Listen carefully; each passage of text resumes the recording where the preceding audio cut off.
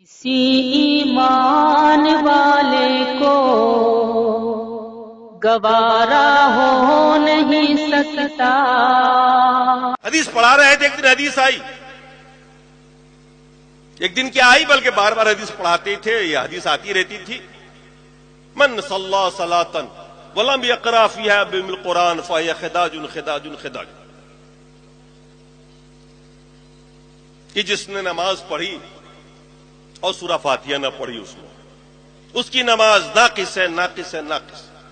ہمارے بزرگوں نے سکھایا تھا، یہ تنہا نماز پڑھنے والوں کے لیے اللہ کے رسول نے فرمایا ہے، یہ تنہا نماز پڑھے، چاہے وہ امام ہو یا اکیلے نماز پڑھتا ہو، تو سورہ فاتحہ پڑھنا ہی پڑے گا، اگر نہیں پڑھے گا تو نماز نہیں ہوگی۔ یہ زمانے طالب علمی سے سنتے چلے آئے تھے، مدرسی کے 6 سال 7 سال ہم نے بھی یہی کرتے گزارے۔ ساتھ میں یہ بھی سن رکھا تھا بزرگوں سے کہ اگر کوئی امام کے پیچھے نماز پڑھے گا سورہ فاتحہ تو اس کے منہ میں اللہ تعالیٰ آگ بھر دے گا قیامت کے دن۔ یہ بھی ڈر لگا رہتا تھا، یہ بزرگوں نے کہا۔ اب بزرگوں کا روب تو ہمارے اوپر اللہ سے بھی زیادہ ہوتا تھا۔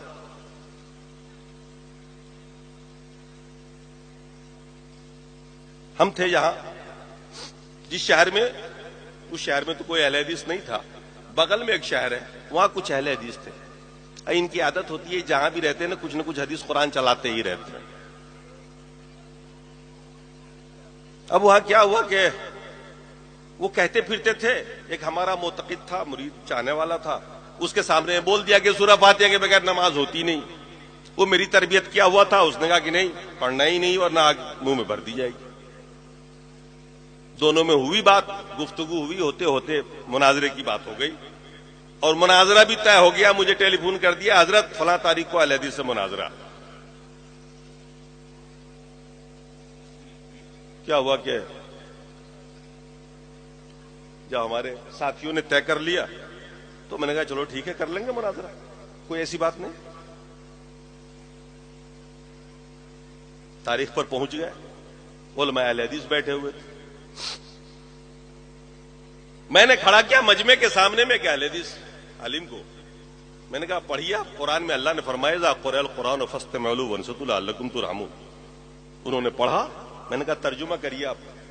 اللہ فرما رہا ہے کہ جب قرآن پڑھا جائے تو خاموشی سے سنو اور چپ رہو، ہو سکتا ہے اللہ تمہارے پر رحم کر دے۔ میں نے کہا مولانا اب آپ چپ رہیے، خاموش رہیے، عوام فیصلہ کر لے گی۔ میں نے کہا بھائیو، اللہ فرما رہا ہے، مولانا کی زبان سے تم نے سن لیا، اللہ فرما رہا ہے قرآن پڑھا جائے خاموش رہو، چپ کے سنو، اور یہ کہہ رہے ہیں کہ سورہ فاتحہ پیچھے پڑھو۔ اب تک ہم یہ جانتے تھے کہ یہ لوگ رسول کو نہیں مانتے، آج معلوم ہوا یہ اللہ کو بھی نہیں مانتے۔ لوگ اپنے تھے، تالی بج گئی، مناظرہ ختم ہو گیا۔ انہوں نے بہت کہا صاحب حدیث دیکھیے نا، یہ بخاری ہے، یہ مسلم ہے، یہ۔ میں نے کہا حدیث دیکھ کے کیا ہوگا، جب قرآن آ گیا تو سامنے تو حدیث کی کیا حیثیت رہ گئی۔ بات ختم ہو گئی۔ کچھ دنوں کے بعد پڑھاتے پڑھاتے ایک حدیث آئی میرے سامنے میں، عبادہ ابن صامت رضی اللہ تعالیٰ عنہ کی۔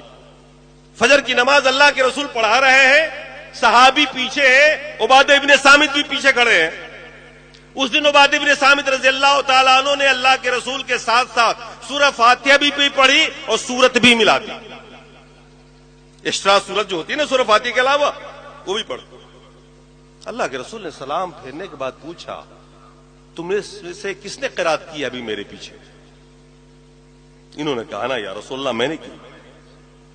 اللہ کے رسول نے فرمایا لا تقرؤ الا بأم القرآن فإنه لا صلاة لمن لم يقرأ بها۔ سورہ فاتحہ کے علاوہ کچھ مت پڑھا کرو، کیونکہ جو سورہ فاتحہ نہیں پڑھے گا اس کی نماز نہیں ہوگی۔ اب میں چکر میں پڑ گیا، فجر کا ٹائم ہے، خود اللہ کے رسول امامت کر رہے ہیں، صحابی نماز پڑھ رہے ہیں، پیچھے میں ایک صحابی نے سورہ فاتحہ بھی پڑھ دی اور سورت بھی ملائی ایکسٹرا۔ اللہ کے رسول نے کس سے منع کیا؟ ایکسٹرا قرات سے۔ کہا نا لا تقرؤ، قرات کا اطلاق یہاں کس پہ ہو رہا ہے؟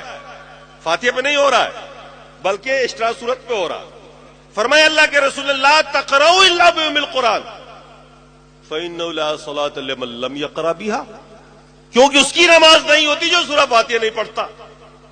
میں پریشان ہو گیا، میں نے کہا ابھی چند دنوں پہلے تو مناظرہ ہی جیت کے آیا ہوں میں، اب یہ حدیث آ گئی میرے سامنے میں، اس کا کیا جواب ہوگا؟ حدیث کا کیا جواب ہوگا بھائی؟ یہ تو اب عملی حدیث آ گئی، اب تو وہ تعویل بھی گئی جس میں ہم کہا کرتے تھے کہ یہ تنہا تنہا منفرد نمازی کے لیے ہے، اب تو یہ جماعت والی بات ہوئی آگے۔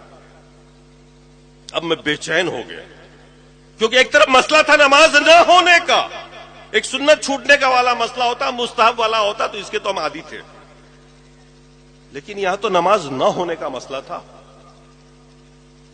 میں نے سفر کیا، تفسیروں کو اٹھا کے دیکھا، میں نے کہا مسئلہ تفسیر سے ہوگا، اور جب ساری 11 تفاسیر کا مطالعہ کیا تو پتہ چلا کہ یہ آیت تو نماز کی فرضیت سے پہلے کی ہے۔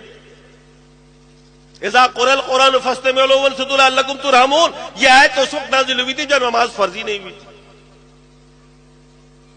اور یہ اس کا پس منظر یہ ہے کہ جب اللہ کے رسول خانہ کعبہ حدود حرم کے اندر بیٹھ کے قرآن پڑھا کرتے تھے تاکہ لوگ سن کے اسلام کو سمجھیں قبول کریں، تو ابو جہل نے پلاننگ کی، کچھ نوجوان لڑکوں کو کھڑا کیا اور اس نے کہا وَالْغَوْا فِيهَا لَعَلَّكُمْ تَغْلِبُونَ، جب محمد قرآن پڑھے تم لوگ شور مچاتے رہنا تاکہ ان کی آواز باہر نہ جائے، ہو سکتا ہے تم اسی طرح سے غالب آ جاؤ۔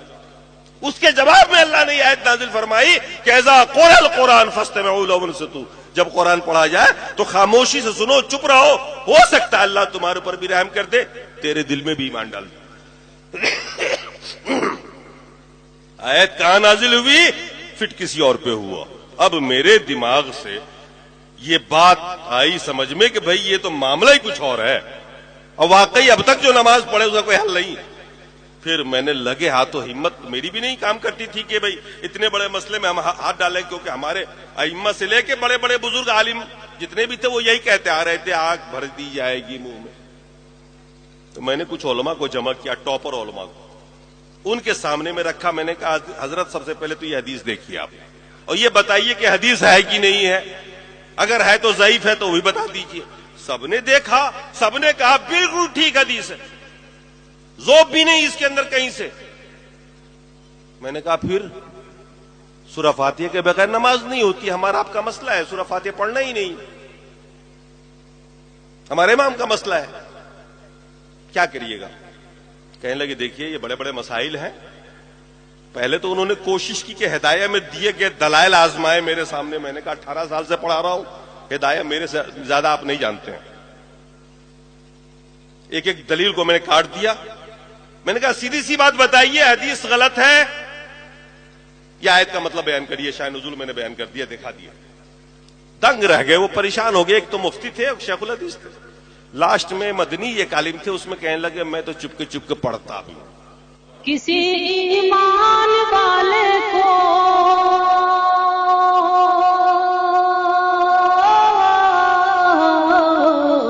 کسی ایمان والے کو گوارا ہو نہیں سکتا،